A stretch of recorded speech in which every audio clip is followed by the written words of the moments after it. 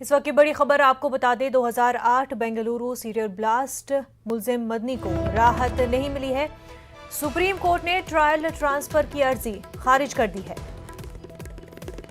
आपको बता दें कि 25 जुलाई 2008 को बेंगलुरु में सीरियल ब्लास्ट हुए थे। 9 मकामात पर ब्लास्ट हुए थे और इस हवाले से आपको बता दें, इस वक्त की अहम खबर जो सामने आ रही है, मुलजिम मदनी को राहत नहीं मिली है। सुप्रीम कोर्ट ने ट्रायल ट्रांसफर की अर्जी खारिज की है।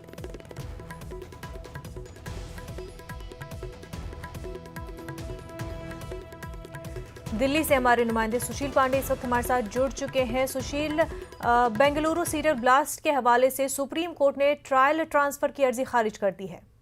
जी बिल्कुल, देखिए साफ तौर से अब्दुल नसीर मदनी की ये मांग की थी कि वो इस पूरे मामले को केरल उनके होम स्टेट में ट्रांसफर किया जाए। हालांकि फिलहाल सुप्रीम कोर्ट ने ऐसा करने से मना कर दिया है, क्योंकि सुप्रीम कोर्ट ने इस पूरे मामले में कहा कि इस ट्रायल को शिफ्ट नहीं किया जा सकता है, क्योंकि जांच एजेंसी ऑलरेडी इस चीज का विरोध कर रही हैं। हालांकि उनकी तरफ से मांग की गई थी कि चूंकि अब्दुल नसीर मदनी का जो स्वास्थ्य है वो ठीक नहीं रहता है, लिहाजा वो ये चाहते हैं कि जो पूरा ये मामला है वो बेंगलोर से केरल शिफ्ट किया जाए।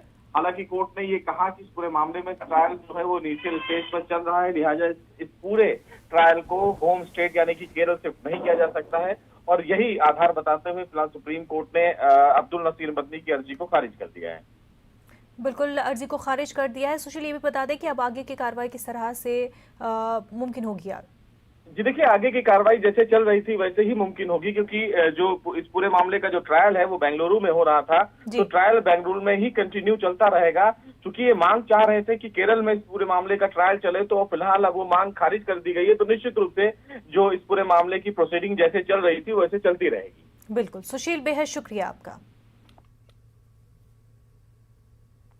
आगे बढ़ते हैं। गोरखपुर पुलिस की पिटाई